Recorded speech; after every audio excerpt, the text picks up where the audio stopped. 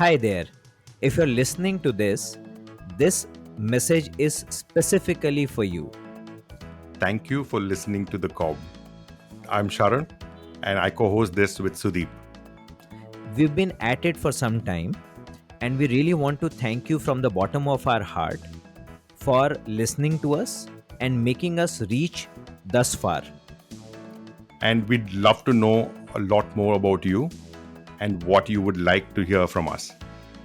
And hence, please take just 2 minutes of your time and fill this form. The links are in the comments or in the show notes. It will help us recognize who you are and also get your expectations so that we can craft the podcast content to satisfy those expectations.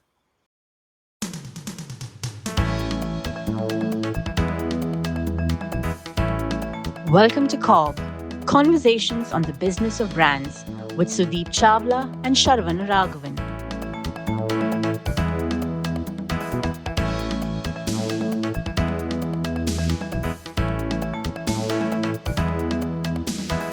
Sudeep, you and I have been in marketing for a while. And one question that my mother asked me when I got into marketing still continues to haunt me because the perception that she has is what a lot of people have. The question she asked me about a certain brand was that, is it true or is it marketing? Which means the opposite of truth to her meant marketing. Interesting. Yeah. And I'm sure it's not just my mother, it's a lot of people who have this impression that anything that's marketing is called a lie. And people use these terms almost synonymously when they want to abuse somebody of or rather call somebody out for being a liar. They call him a good marketer. He's great in marketing himself. Hmm. Or that's the kind of terms that are used for marketing. Hmm. So absolve me of my sins today. How how can marketing stop being a lie to all these people? Okay. Let's talk about ethical marketing today. I don't know whether I'll be able to absolve you of your sins given the fact that you were marketing Tang by calling it nutrition for kids. I don't know in what religion or in what world would anybody be able to forgive you for that. But I take objection to this. We were both in the same company, must be the company that consumes or puts the most sugar in its product altogether. yeah, You were selling eclairs. yes, Were you also on halls? no, Okay, you got away. But but at least I didn't claim any of it was nutritious. see, Tang has got, say, about 95% sugar. Huh. We just chose to speak about the last 5%. Not even five. Come on. 5% of that five. Okay. Between truth and lie, there is this term called bluster. Mm-hmm. So marketing usually is equated with bluster, which is about the fact that there is a small truth and then there is a lot of noise around it.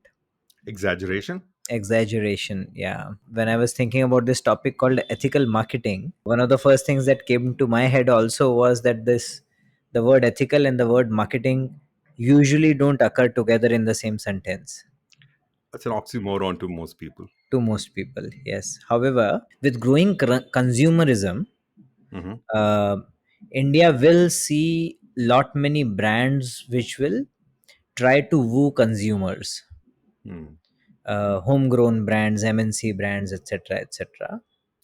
And the method these brands would adopt to get their consuming franchise is to market themselves, and hence the money into marketing is only going to increase now. Right. Yeah.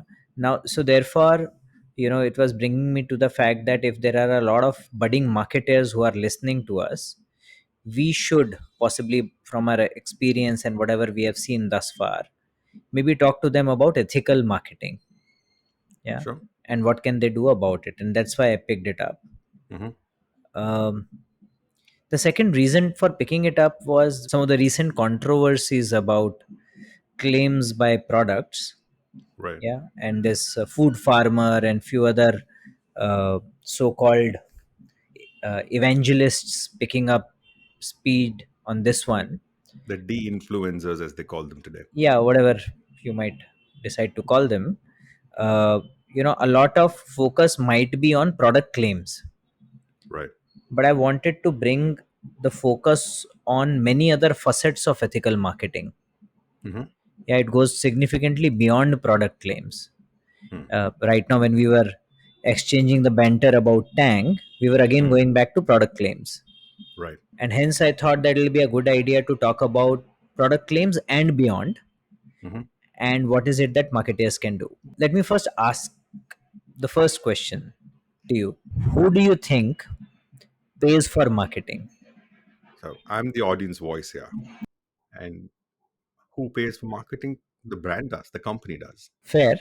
So, and this is where I wanted to bring the focus of all the marketers. Mm-hmm. Yes, the upfront payment is made by the company or by the brand or the PNL, but Mm-hmm. finally it is the consumer who is paying for it, right? Fair. Yeah. The PNL finally gets delivered when consumer makes the purchase Hmm. and gives you the money, Right. and every cost that you incur gets included in the profit that you make out of them. Absolutely. Right. Yeah, so honestly, therefore the consumer pays for your marketing. The brand just pays it forward. Yeah, brand just pays it on behalf of consumer and Right. pays it forward. One of the first things about ethical marketing Mm-hmm. is to be conscious about what channel and what all are you employing for your marketing, Mm-hmm. and hence use whatever is necessary. Yeah, don't overdo, don't overspend, don't engage in bloating your marketing budgets, because finally you're getting the consumer to pay for it, and Hmm. you're actually making your own value inefficient. Finally, Okay. consumer is value conscious. Hmm. Consumer is going to judge you for the value that you provide to him or her Mm-hmm. against the cost that they pay. Right. And the more costs that you build in your PNL, Mm-hmm. the more susceptible you will be to fall behind in the price value equation. Right. So you're saying the more you spend on marketing, you have to recoup it from the consumer anyway, from the customer anyway. Correct. And if that value is not perceived by the customer, either your marketing is wasted or your price is inflated to the end customer, who may Correct. or may not make a choice. Got Correct. Which brings me to my second point, it. Okay. right, which kind of builds on this and something that you just spoke about, whether the consumer sees value in it or not. Hmm. The second question I have for you, Sharon, and I promise you this is my last question to you. Okay. What is the marketing tool that has the best ROI? What is the marketing tool that has the best ROI? Could be anything, right? Could be from the packaging to your identity. It's about how you calculate the ROI for the brand and what the brand has. Okay, seems like a theory question, right? I have a trick answer. Okay. As always. The proven best ROI Hmm. marketing tool is your product or your service. Ah, Yeah. okay. So Fair enough. when you talk about ZMOT, which is zero moment of truth, which Hmm. is where rubber hits the road and consumer experiences your product or service, Hmm. if the product or service delights the consumer by how it makes them feel, then all your marketing is worth it. Absolutely. Otherwise, everything else is a disappointment, right? So, therefore, it's the most efficient tool for Hmm. you, and Fair. hence it makes sense to invest behind it, Hmm. right? If ever you have a choice of where to invest in your PNL, your first investment should be in your product or your service and not in the marketing. Now, this is where I start drawing a little bit of leap for some of the luxury brands. Hmm. Yeah, the value that they provide is in the imagery that they build. Right. Yeah, because possibly wearing a Timex and wearing an Omega Hmm. might not physically feel very different, but Right. emotionally they feel very, very different. Absolutely. Yeah, Right. that's because you have constructed an imagery for Omega, Right. yeah, or a Rolex, or whatever, Yeah, all the the emotional appeal. So the emotional appeal. value that the consumer sees is also doesn't have to be just physically in the product, Yeah, but the the value can be perceived. And in this case, in the case of Omega and Rolex, the value is the imagery and the brand that the companies built already. correct. So therefore, I would like the marketers to also think about this, that if they are constructing imagery for their product, Hmm. which is almost like an equity work, Right. they should see that differently from salience driving or behavior leading work. Explain that a little more. Yeah. So if you think that constructing equity for your brand Hmm. is going to make the consumer feel better and Hmm. add value to their experience, brand experience, Hmm. that is something you should consider above other kind of marketing and advertising. Right. You're not talking about the functional awareness drivers, Yeah. but also about the emotional equivalence, the what you call the mind measures and the imagery of the brand. Yes. And Got because if there is anything in the PNL that is going to enhance consumer experience, that should get preference. So the it. Right. very first thing is obviously, so even when Omega wants to invest behind its product, or in their PNL, they would first invest into the product. They would want to make the product as good as possible. The second investment possibly will be in imagery. Right. Yeah, because imagery sits on top of product but delivers the greatest ROI to the consumer. Right. Yeah. So therefore, for a marketer, I'm trying to construct a priority list for them. Hmm. Yeah. So therefore, invest into your product or your service, the components of it. I'm trying to construct a priority list for the marketers. Hmm.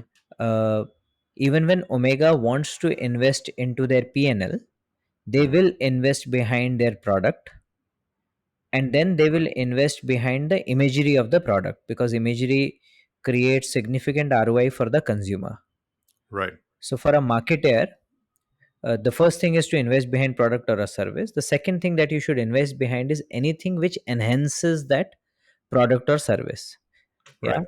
which could be a Experience. packaging, could be your imagery, anything around that. Yeah, Right. because that is contributing to consumer value.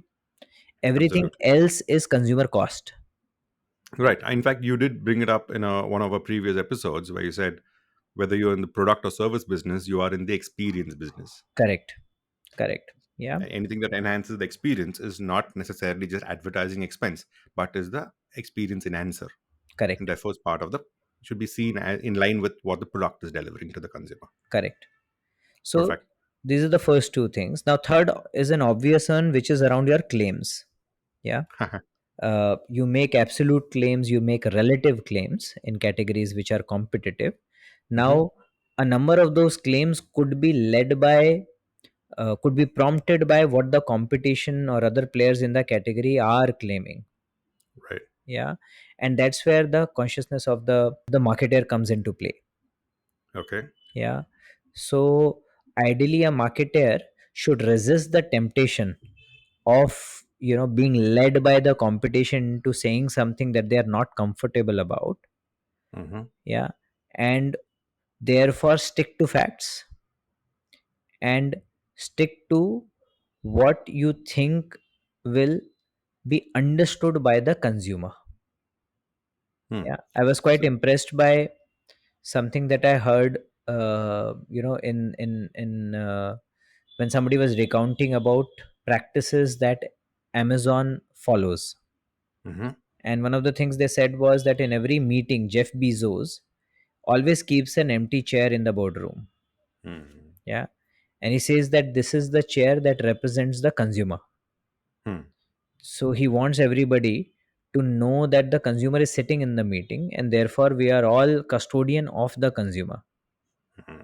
Yeah, just to True. indicate. Yeah. Just on the side, a lot of the listeners would want a chair there for one of the sellers also. Correct. Correct.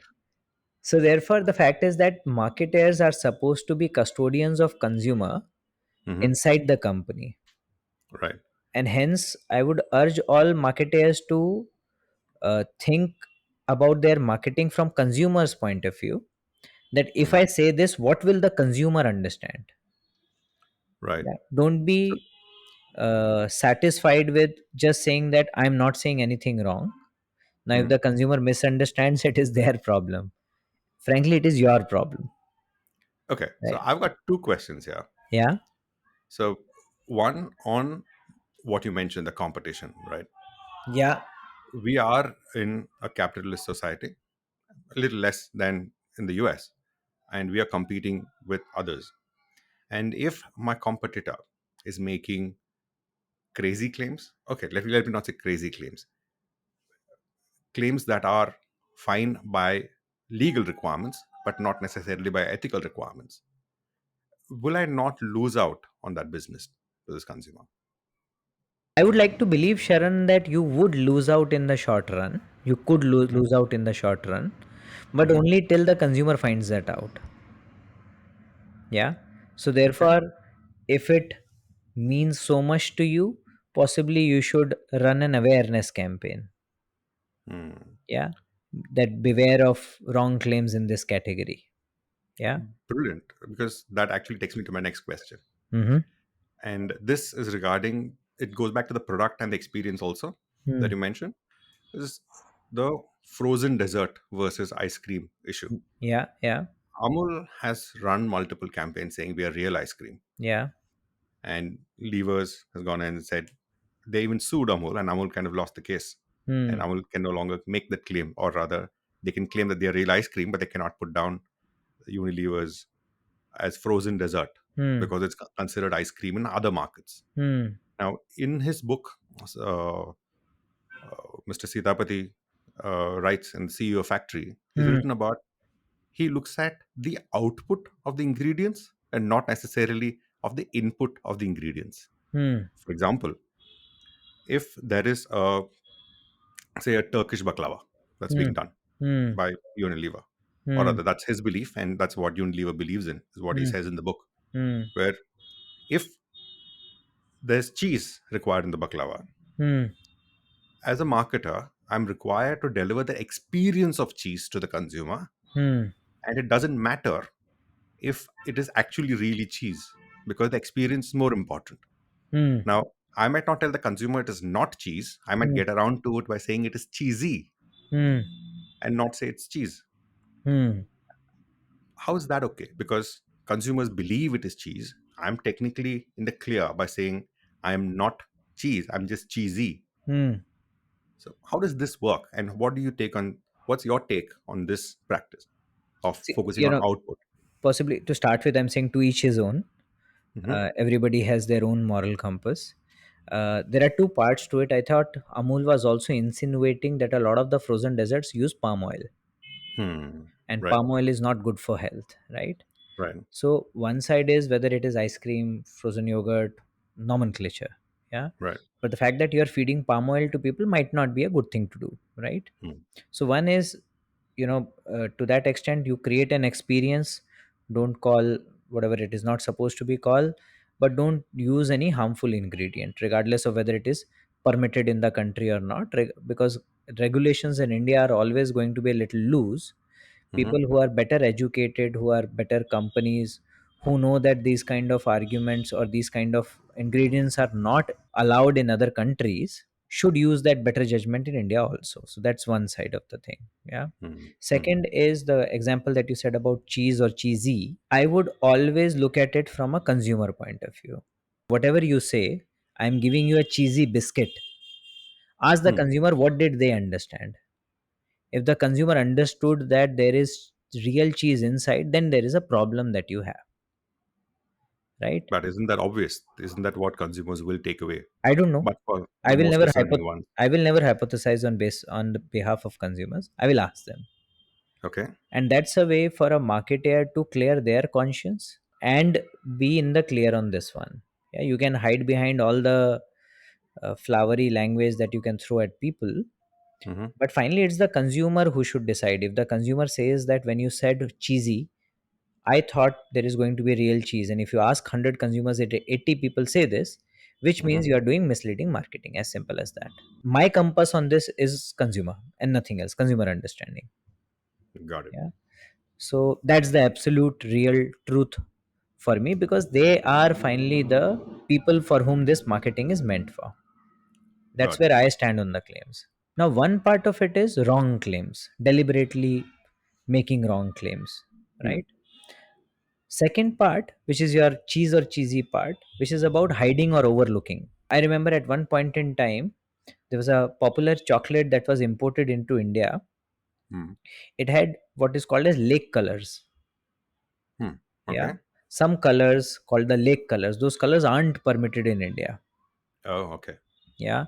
But it was being imported not by the company, by importers, etc. Right. Okay. Now, it is possible that some of those are permitted in some countries, some of those are not permitted inside the country, and a lot of the importers, because they Mm-hmm. anyways paste a big sticker on the back of the pack, etc., etc., were kind of overlooking, or Hmm. in some cases maybe hiding the facts. Yeah. Right. So as a marketer, neither should you falsify any claims, nor Hmm. should you overlook. That's where a lot of the conflict lies within the snacking category, Foods, especially, right? foods Hmm. especially. Yeah, Hmm. because you are delivering a certain experience. Like Anil was saying the other day on our podcast, that consumer wants good tasting food, Right. plain and simple, right? Yep. So therefore, you will make good tasting food, right? Right. And then, if making it good tasting requires you to add a certain amount of sugar and stuff inside the food, do that, but also declare it very clearly, and Hmm. then let consumer make the choice. The push possibly wouldn't be about changing the constitution or not making tasty snacks, Mm-hmm. but about possibly labeling even more clearly, Hmm. so the consumer is aware. Yeah, Right. let consumer make the choice, there's no problem with it. Mm-hmm. But again, we should ask the consumer, even we should show our label and ask the consumer, what do you understand about this? Right. If I tell you this, would you still buy this or not? That to me will be the pinnacle of ethical marketing. You make an unhealthy food extremely well tasting, put some good things in it, but also Mm-hmm. tell the consumer that this contains 4 table spoonful of sugar. Hmm. Please consume it if you're okay with it. Yeah, I think that's how in the clear we should be. Yeah. Got it. The next one again comes from something that I had worked upon in my Mondelez days, which is about don't market to the gullible audience like kids. Right. A lot of the people are not in a position to make sound decisions. This is something that even Byju's or Whitehead Junior were accused of, that Hmm. they made people sign some papers and sign up to some EMIs, etc., Mm-hmm. and which they don't know how does it work, and what are they signing off for, Oh, right? absolutely. Because I'll just give you an anecdote of what I have experienced with one of my clients in the past. No, one of my prospective clients in the past. I Hmm. don't know about White Hat Junior and Byju's in that much detail, Hmm. but this brand that I was about to work with, Hmm. gave me some of their call recordings, sales call recordings. Hmm. And the fact that they gave it to me voluntarily Hmm. told me that they weren't very abashed about it. They Hmm. were pretty open about it. Hmm. Where I listened to the caller tell the parent on the call, on the phone, Hmm. that they were referred by the school. The school Hmm. has sold their phone numbers. And the Hmm. moment they tell the parent that they are referred by the school, they immediately buy the credibility. Hmm. And when they tell the parent that your child, what subject is your child weak in, they ask the parent that. Hmm. And once the parent tells them is the child is weak in a specific subject, Hmm. then they say, "Can we speak to the child?" Hmm.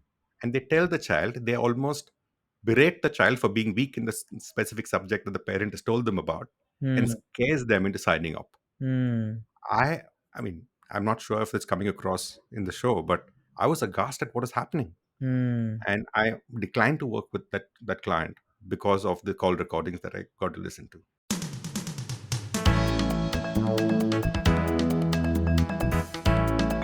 Thank you for listening to Cobb, Conversations on the Business of Brands with Sudeep Chawla and Sharvana Raghavan. Subscribe and learn more at cobbcast.net. That's COBBCAST.net.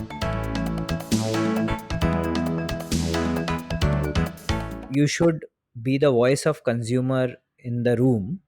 If you Mhm. think that you are marketing to the consumer, by preying on their gullibility, or they are gullible, they're bound to be, you have to find better ways of marketing to them. You have to possibly find ways of marketing it to those who are better informed, who can then educate them and get them to sign up, etc., etc. Yeah, Mhm. but find a better way. Again, the responsibility on this lies on marketers. And I can tell all the young marketers out there, when you will join organizations, you will find that there are practices that have been going on for some time now. Mm. Yeah, and yet people haven't questioned. But it just takes one brave young man or woman to stand up and question the elephant in the room.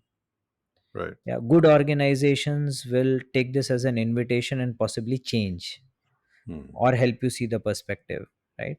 The bad ones might possibly make you a victim and ostracize you, but I would possibly say good riddance. Yeah. But I interrupted you when you mentioned the Mondelez policy of not marketing to kids. Yeah. And I think we've spoken about this campaign of yours a little in one of the early episodes also. Mm-hmm. Could you just walk us very quickly through what you did when you could not market to kids? You were managing a chocolate, Gems at that time, if I Yeah, recall, yeah, yeah, yeah. and you could not market it to kids when competition was marketing it to kids. Yeah, no, I think I respect Mondelez that way, that even before marketing to kids policy was getting formal recognition in India, Hmm. Mondelez recognized that, and we worked along with the media head, Sindhuja, who was at that point in time. Both of us worked very closely together to try and frame some guidelines around it. Hmm. Uh, we went the media way and the proposition way. Media way was to try and look at all the channels and their viewership, and within the channels look at time bands and their viewership. And then we said that there were time bands which were highly kids skewed, Hmm. right? Despite India being a single TV household, there were time bands which were entirely kids skewed, which were possibly unsupervised viewing. So Hmm. those are the time bands we said that we will not advertise on. Or there were properties, yeah, uh, Right. like Chota Bheem, etc., which we said we will not advertise on, right? Right. uh, so that was one kind of call that we took. The second call was on the proposition side, that Hmm. how do we make sure that either our brands talk to mothers who then talk to kids, yeah, or we try talking to slightly elder audiences. Hmm. Yeah, and that's where the entire strategy of talking to elder audiences, finding a space as to talk to audience who really don't want to consume your brand in public, Hmm. which led us to the whole Cadbury Gems Raho Umarless Right. proposition. Yeah, Right. that work was still on even before we started talking about marketing to kids, but it kind Hmm. of helped us land there faster. Yeah. Oh, lovely. So yeah, so therefore gullibility of the audience is something that one needs to uh, consider. And Right. the last bit on this, Sharon, from my end, is about who you are using to influence your consumer. Yeah, Okay. there've been sufficient talk around usage of doctors by pharma industry. Hmm. Right now, doctors have an undue influence on their patients. Right. Right, the patients place utmost trust and are in a very gullible position when they are talking to the doctors, very impressionable position. Right. A lot of the time, despite being extremely educated, they will not question anything Hmm. which even seems suspicious when it is landed by the doctor. Hmm. Yeah, so doctors, lawyers, school teachers, they're Hmm. all in that authoritative position where they can influence the consumer's decision in a mental state where the consumer is extremely vulnerable. Hmm. Yeah. Okay. And therefore, again, thinking from a consumer's point of view, I would urge marketers to Hmm. think about the ethicality or ethics of doing this. Yeah. Hmm. And hence they should, I would want to advise them to think deeply about this and only proceed if they think it seems ethical.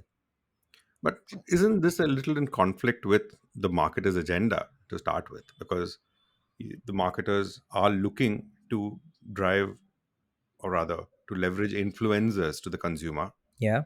to drive a better purchase decision in their favor. Yeah. Now, that influence could be a moment of vulnerability, could be a moment of authority, could be a moment of advice. It Yeah, could be any of that. I would possibly guard against moment of vulnerability kind of an influence. Pharma was a good example itself, right? Yeah, pharma is Where, surely is where somebody forces you to buy medicines of a certain brand or of a Mhm. certain kind. When you Right, go to hospitals, for example, I've been personally subjected to this, the stream of revenue generation by hospitals where they will make you go through tests and tests right. again and again, Hmm. regardless of whether you need them or not. So Hmm. all of those are, I think, again fall into this particular space where which I say that the consumer is in a vulnerable position. Right. They convert the lifetime value into lifelong value. Yeah, correct, correct. So there's no problem in hospitals earning profit. There's no problem there. Yeah, in fact, Right. one of the nicest way I saw was one of the hospitals advertising in metros, Hmm. saying that we provide five-star treatment. So if you want to have the best treatment along with the best treat, Hmm. come to us. I like that. Yeah, pretty open, right? Pretty open, and they were clear that okay, we will provide value. So those Right. who can afford, why won't you come here? We'll treat you like you are supposed to be. Absolutely. Yeah. So I like that, rather than couching under the garb of providing service yet doing it unethically. That is where the problem starts. I am not against hospitals or doctors making profits, Hmm. but everybody has to find ethical ways of doing so. Hmm. Yeah. So that's the challenge for all the marketers out there. And Hmm. I don't have a prescribed way of doing this, but what I'll keep repeating is that put yourself in the shoes of the consumer and see Hmm. whether you are making the consumer to make a choice at a gullible or a vulnerable moment. Right. Yeah, Hmm. that's what I will say. Okay, so I get what you're saying about the ethics. You're talking about saying have a moral compass to each his own and stick by it. Look at consumers and then take a call. And if you're okay with it, and there is no real yes or no here, it's about each person being able to decide it one way or the other. And if it is to your conviction, or if it's against a conviction within an organization, take a stand within the organization. You're basically asking marketers to almost be revolutionaries and fight for the cause of ethics, which is a little utopian, but I get where you're coming from because we have seen organizations, even the ones that we worked for, to take very ethical stands in the way they approach marketing. And that can be done. And if it is not being done, then there are better places for the marketers to go to. I get that. But getting to more less utopian scenario in the practical everyday lives of the marketers, what can they do to manage these, to make sure they're following the ethical codes? That's a great question, Sharan. In fact, all our listeners would also be wondering the same thing. What can they do about it in a day to day work? So, Right. here's my advice to them. Hmm. First is what we always tell marketers, regardless of ethical or non ethical marketing: know your consumers well. You Absolutely. are the custodians of consumers. You bring the consumer's voice into the organization. So, know your consumers well. What we had earlier said, you should develop almost a telepathic empathy with your consumers And the only way to get that is by meeting them and talking to by them. meeting them and talking to them.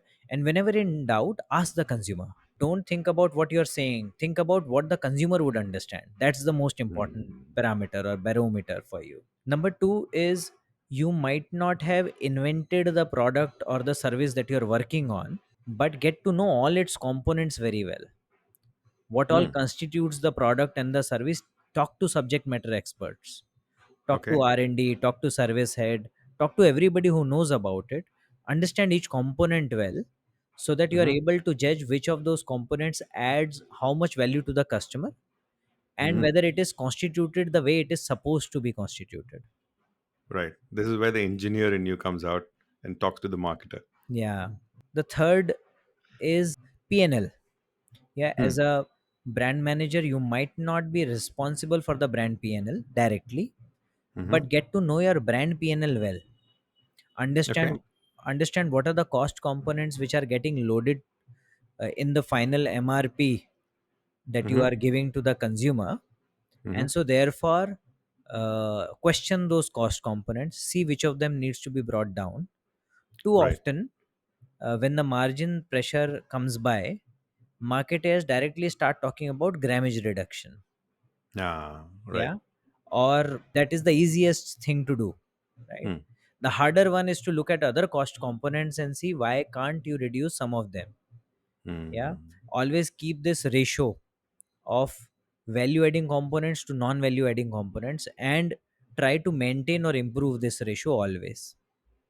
Absolutely. I think the PNL itself is a kind of a lost art among a lot of marketers today, Yeah, given the kind of brands that are coming out, not making money and going after yeah, just revenue. there is no P there, there is only L. I think the PNL itself deserves a whole episode Correct. to be done by you. Yeah, the next bit is around claims.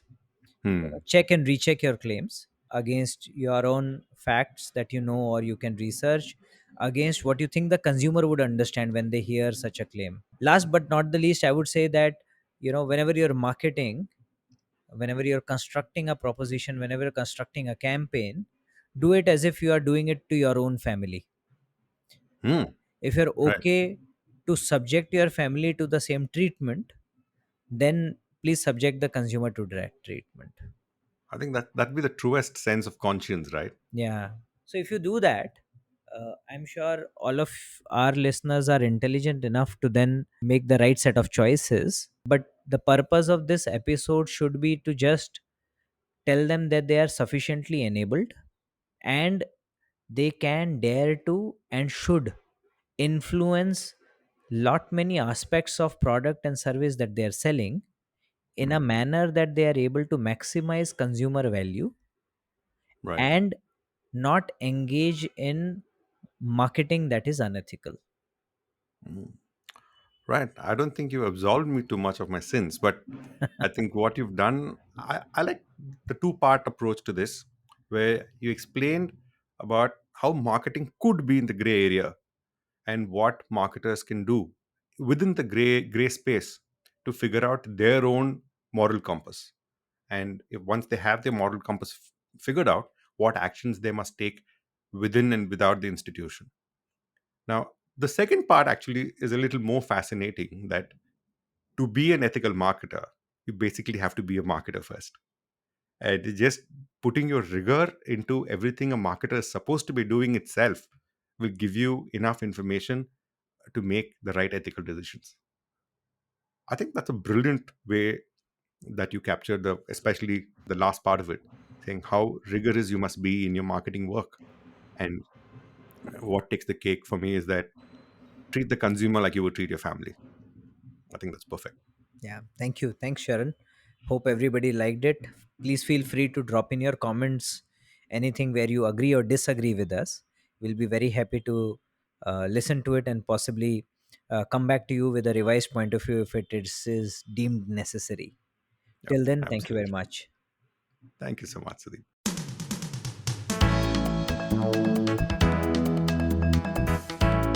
Thank you for listening to COB, Conversations on the Business of Brands with Sudeep Chawla and Sharvana Raghavan. Subscribe and learn more at cobcast.net. That's COBBCAST.net.